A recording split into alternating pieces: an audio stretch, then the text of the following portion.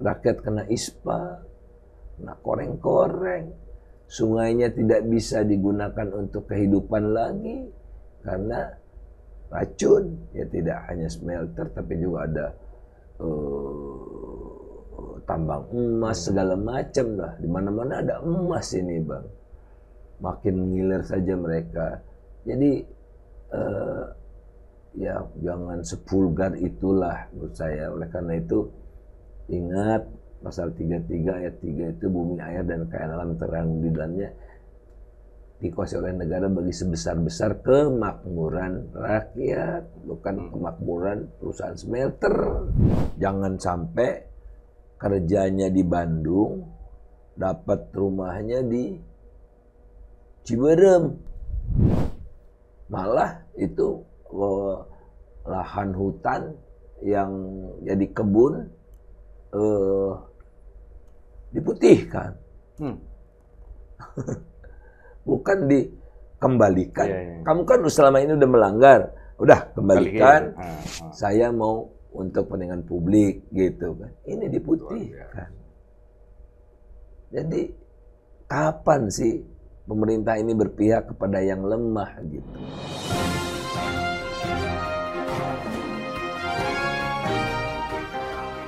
Jumpa lagi di Ruang Publik bersama DDM.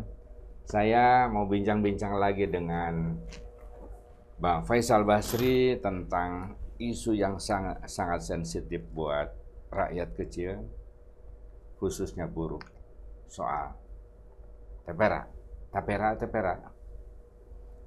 Kan gimana?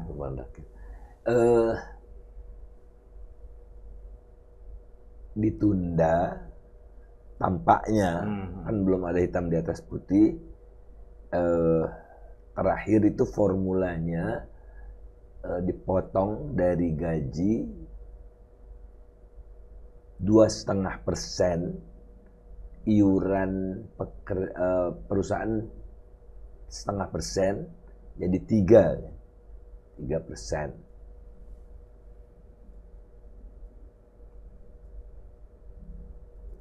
Kalau masyarakat ya, kalau dari sudut latar belakang peraturan itu apa sih? Sampai begitu sebenarnya it doesn't make sense lah. Ada kecurigaan itu kan Kang, itu cara menghimpun dana yang paling mudah. Tinggal potong dari gaji kan. Gampang hitung, kemudian jaminannya tinggi sehingga gampang terkumpul puluhan bahkan ratusan miliar, ratusan triliun dalam waktu yang tidak lama. Pernah kita diskusikan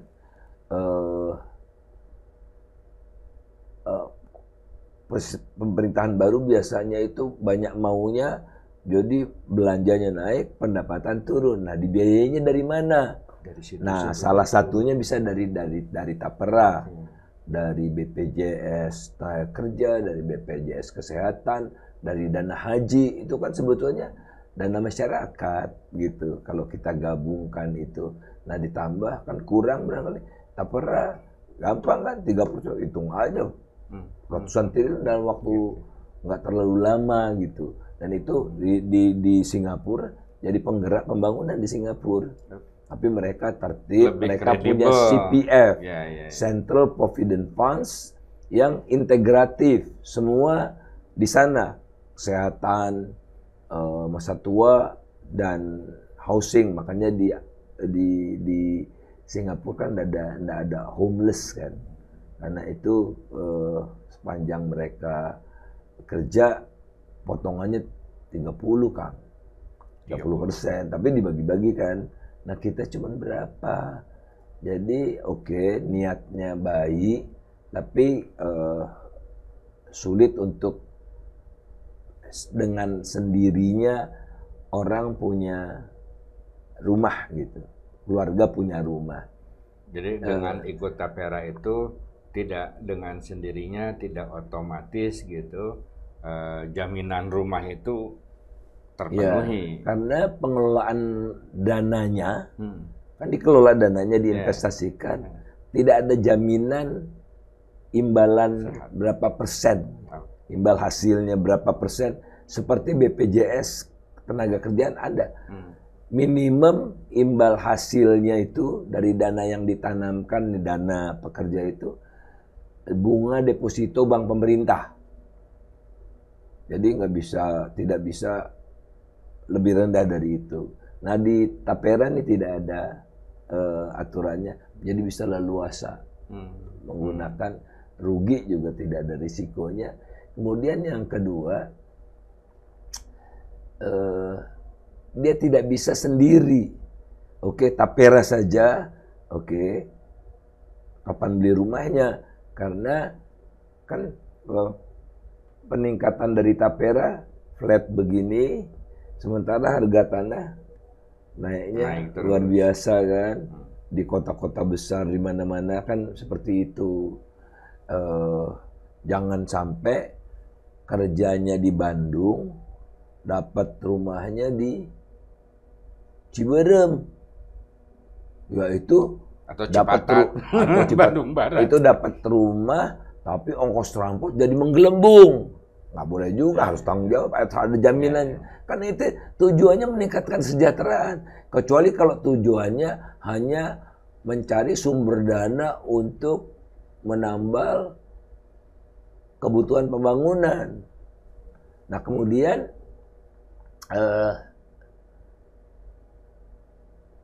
konsep rumah sudah berubah kan. Karena keluarga kita, kalau dulu kan rata-rata anak-anak keluarga Indonesia kan banyak anak, banyak rezeki. Sekarang kan sudah tidak seperti itu lagi. Kang Deddy putra berapa? Dua tuh. Orang tua Kang Deddy pasti 7. Dari 7 ke 2. Saya, keluarga ayah saya 11. Ayah 4. Meninggal 1. Saya 3. Anak saya barangkali 2, Kang. Nah, jadi kemudian mobilitas makin tinggi. Nanti pindah kerja tuh di Jakarta, ditugaskan ke Surabaya, segala macam. Ngapain punya rumah dimiliki? Jadi konsepnya sewa. Rumah sewa. Di Jakarta juga banyak migran, komuter, macam-macam begitu. Jadi ini dibereskan dulu nih konsep dasarnya. Jangan-jangan rumah sewa. Jadi nanti kalau bujangan cukup studio. Nanti sudah menikah, 1 kamar, punya anak, pindah lagi dia ke 2 kamar begitu. Jadi kebutuhannya tidak besar karena sewa gitu kan. Tidak besar blok begitu kan, uang muka dan sebagainya. Nah, oleh karena itulah maka kajilah dengan lebih seksama. Kemudian dimensi lain di banyak negara itu tanggung renteng antara perusahaan dengan pekerja. Nah ini 2,5, 3. Jadi iurnya perusahaan itu 0,5%, dari 3,5%-nya itu memberi kerja, 2,5%-nya bekerja. Itu kelihatannya kok apa-apa dibebankan kepada kerja. Ini konsistensi memang dengan roh atau semangat dari Omnibus Law. Semuanya dikasih ke pengusaha, rakyat yang ditambah bebannya. Contohnya pajak korporasi kan diturunkan kan. Dari 25 ke 22 tuh 3. Masa setengah dikasih ke pekerja, kan ndak elok lah. Nah, sementara PPN dinaikkan. PPN kan ditanggung seluruh rakyat, orang miskin, orang kaya. Jadi ini konsisten mendahulukan atau mengedepankan atau bias menguntungkan atau memberikan kemudahan dan segala macam keringanan buat korporasi, sementara beban buat masyarakatnya ditambah. Ini kan tambahan beban buat masyarakat. Betul itu tabungan, tapi lebih baik saya yang nabung sendiri karena saya bisa dapat imbal hasil yang lebih tinggi, iya kan? Saya aja yang nyambung sendiri. Atau saya belikan saham misalnya, atau saya belikan surat utang negara. Surat utang negara bisa dapat 7%. Nah, kalau si Tapera ini, kalau BPJS tenaga kerja itu dapatnya kan minimum bunga deposito bank pemerintah, tapi kenyataannya bisa 2-3% di atas itu. Itu nggak ada jaminan Tapera ini. Nah, jadi tolonglah masyarakat itu sudah makin terbebani dengan kenaikan harga luar biasa. Kenaikan harga itu potensinya ya Kang. Karena apa Kang? Padahal harga-harga itu nggak naik, karena kursnya aja. Jadi kan kita impor 3 ton beras, 6,5 juta ton gula, kedelai untuk tahu tempe impor, mie instan impor, minyak kita impor 1 juta barrel per hari Kang. 1 juta ya? 1 juta. Nah dikalikan tadinya 15.000, sekarang 16.000. Ya otomatis naik kan. Inflasi yang berasal dari impor itu. Nah ini kan harus jaga-jaga. Kasihan mereka. Kasihan sekali. Mereka tuh udah menghemat, udah macam-macam, harus berjibaku dengan potensi kenaikan harga yang berat sekali dan tidak ketahuan gitu ya, tahu tiba-tiba udah naik gitu. Kenapa? Jadi jangan ditambah lagi. Iya. Pemerintah itu lebih mengutamakan kepentingan pengusaha daripada rakyat. Pengusaha kan sumber logistik buat pemilu kemarin ini. Jadi bukan sebenarnya. Ini alasannya kan membuka lapangan kerja nih para pengusaha ini. Tapi jadi justru memberatkan masyarakat dengan adanya. Kan sederhana kan. Pemerintah sudah memberikan potongan pajak keuntungan perusahaan, corporate income tax dari 25% Kang, jadi 3%. Sudah fair lah ya untuk mereka gitu. Masa diminta lagi sama buruh 0,5% aja, cuma 0,5%, Masya Allah. Masa nggak mau? Pantasnya 3% itu 1,5%. Itu juga udah komprominya berat. di situ ideal kan, di situ ya. 1,5. Jadi 25 ke 23, 22 jadi 3 kan. Nah setengahnya dikasih lagi ke buruh. Masa diambil 100% atau 75%? Kan tugas negara itu melindungi, memberdayakan yang lemah, bukan mengutamakan menolong yang kuat. Negara ada untuk lebih seimbang antara yang lemah dengan yang kuat. Makanya negara hadir. Negara malah menambah beban sehingga jauh semakin jomplang. Itu yang Jadi dari sudut konten, isi pesan itu sangat menzolimi lah rakyat. Ya. Karena bebannya sangat tinggi.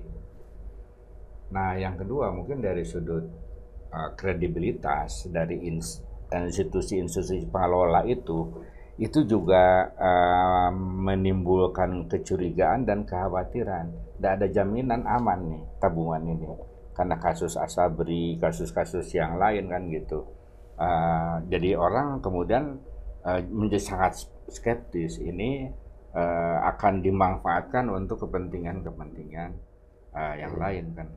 Mengapa tidak diintegrasikan saja dengan jaminan sosial BPJS di Singapura, di Malaysia seperti itu. Jadi kenapa bikin yang baru ya?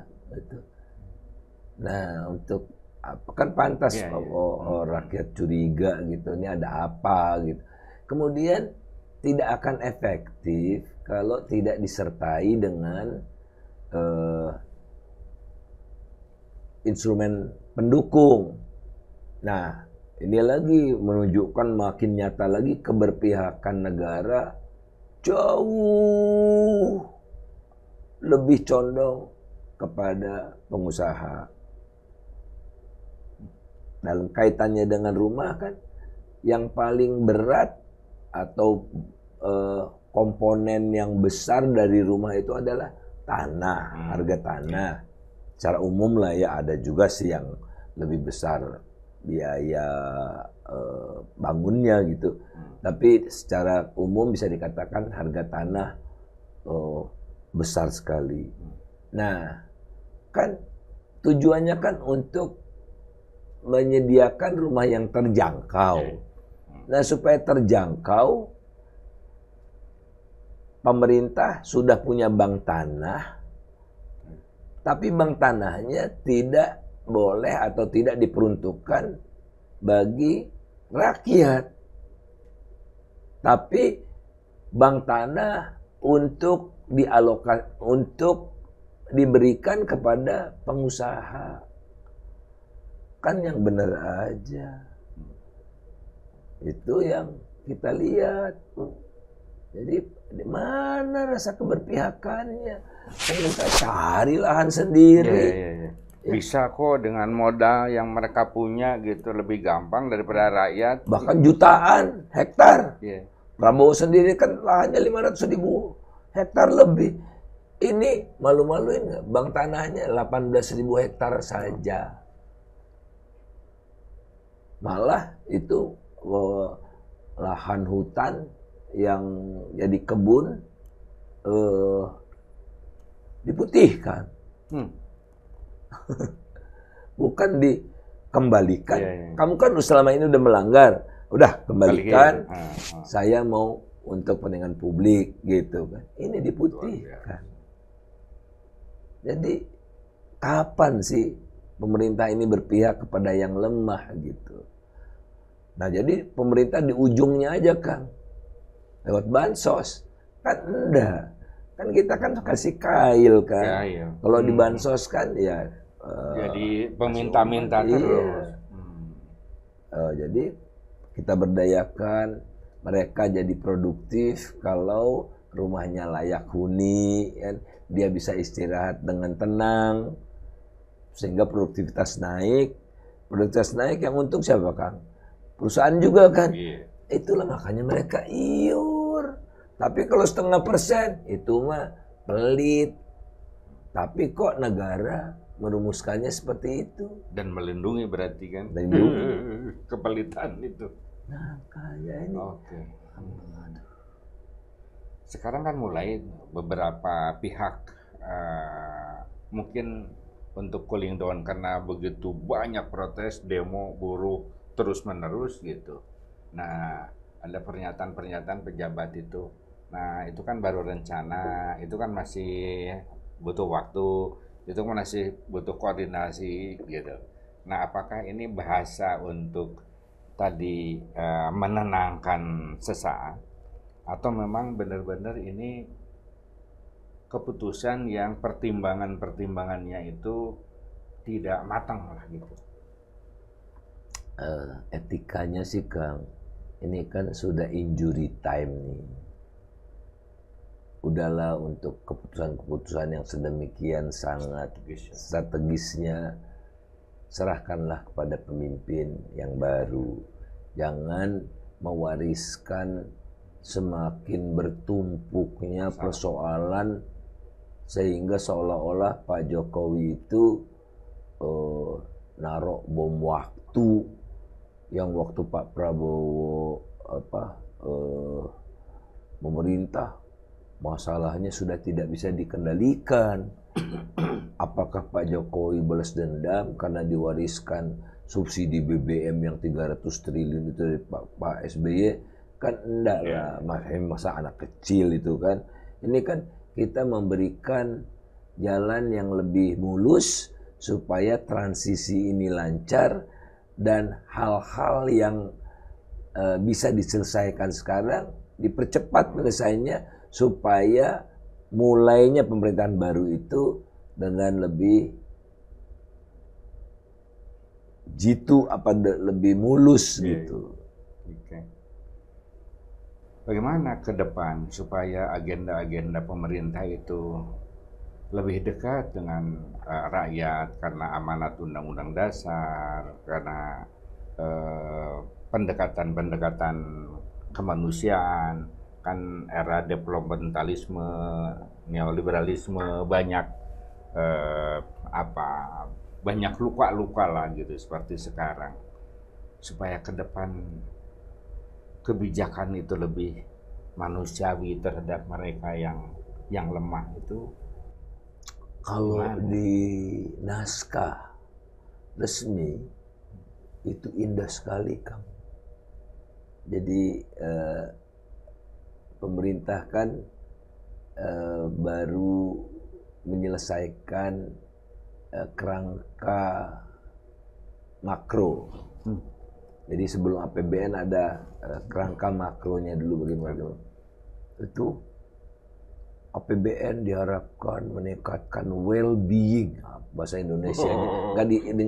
Susah kita mencari, tapi disebut well-being, inklusif, segala macam itu. Ya setidaknya apa yang sudah ada di komen itu dilaksanakan. Tapi kalau niatnya memang ingkar janji, ya Anda tahu ya etika dan moralnya seperti apa. Kemudian kedua, patuh, tunduk, dan taat kepada Undang-Undang Dasar 45. Saya kemarin dari Palu, 2 minggu lalu.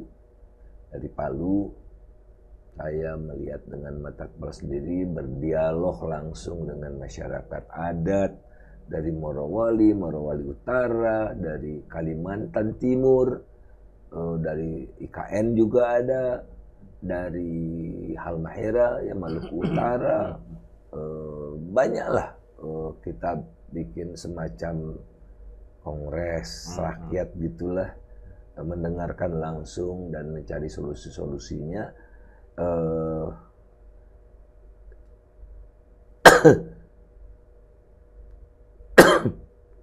Semakin menunjukkan betapa kikirnya pemerintah kepada rakyat yang papa, tapi ngobrol insentif, bahkan memberikan subsidi pada pengusaha asing. Jadi bayangkan kan, Pengusaha asing ya? Asing. Kalau pengusaha asing datang Indonesia, dulu ada Chevron, ada macam-macam, ada Freeport gitu, itu kan mereka dapat untung. Nah, ini punya mereka semua, ya keuntungannya mereka bawa pulang. Tapi sebelum dia pulang mereka bayar pajak dulu. Dan mereka bayar pajaknya dulu 40% kan, enggak 22. Kontrak 40%. karya generasi 1 itu 40%. Tapi mereka nggak boleh dipungut untuk yang lain. Mereka udah 40%. Nah ini, smelter nikel dari China ini, itu bebas bayar pajak 5-20 tahun. Mereka tidak dikenakan pajak ekspor. Kalau sawit, produk sawit itu dikenakan pajak ekspor. Mereka tidak dikenakan pajak ekspor. Mereka boleh menggunakan pembangkit listrik tenaga batu bara. Mereka membeli batu baranya tahun 2022 di pasar internasional itu $345 per metric ton. Pemerintah dengan penuh welas asih hanya mengenakan kepada mereka $70. Jadi kan kita subsidi $275 per ton. Nggak cukup insentif fiskal, tapi juga subsidi. Makanya investor datang, kita nggak dapat apa-apa, bahkan minus. Karena ada juga kerusakan lingkungan belum dihitung. Mana ada praktek seperti ini di negara lain. Mereka bisa perusahaan itu meninggalkan begitu saja, sementara dampaknya luar biasa. Dan itu ujung-ujungnya ke rakyat. Rakyat kena ISPA, kena koreng-koreng. Sungainya tidak bisa digunakan untuk kehidupan lagi karena racun. Ya tidak hanya smelter, tapi juga ada tambang emas segala macam lah. Di mana-mana ada emas ini, Bang. Makin ngiler saja mereka. Jadi ya jangan sepulgar itulah menurut saya. Oleh karena itu ingat pasal 33 ayat 3 itu bumi, air dan kekayaan alam terang di dalamnya dikuasai oleh negara bagi sebesar-besar kemakmuran rakyat, bukan kemakmuran perusahaan smelter. Kan, ya berarti kalau mereka hal-hal seperti itu aja tidak peduli, mereka udah, hati mereka memang tidak di tangan rakyat, tapi hati mereka disandera oleh penguasa. Dan kan saya udah nyumbang pemilu kemarin, udah kompensasinya apa gitu. Ya kalau begitu terus menunggu kehancuran lah. Oleh karena itu kita harus hentikan. Jadi kemudahan-kemudahan yang diberikan ke para pengusaha sekarang itu sebetulnya itu adalah timbal balik dari apa yang diberikan oleh para pengusaha itu untuk kepentingan subjektif kelompok dan politik ya. Tidak ada makan siang gratis, tidak ada kecuali dari Pak Prabowo nanti.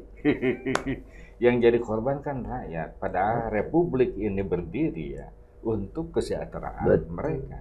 Betul. Dan Kang, percayalah, kalau kita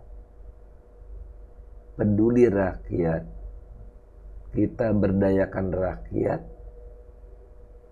kita atau mereka yang pengusaha itu, rezekinya nih saya makin banyak. Dan jika engkau berbuat kebaikan, satu butir kebaikan, niscaya akan dilipat gandakan kebaikan yang bisa akan 7, bisa 70. Gak mungkin dong kita berbuat baik terus kita dihukum. Nggak mungkin. Kalau berbuat baik dapat reward. Tapi kalau di sini kan ya memang dihukum sekian tahun, tapi boleh jadi pejabat lagi, boleh.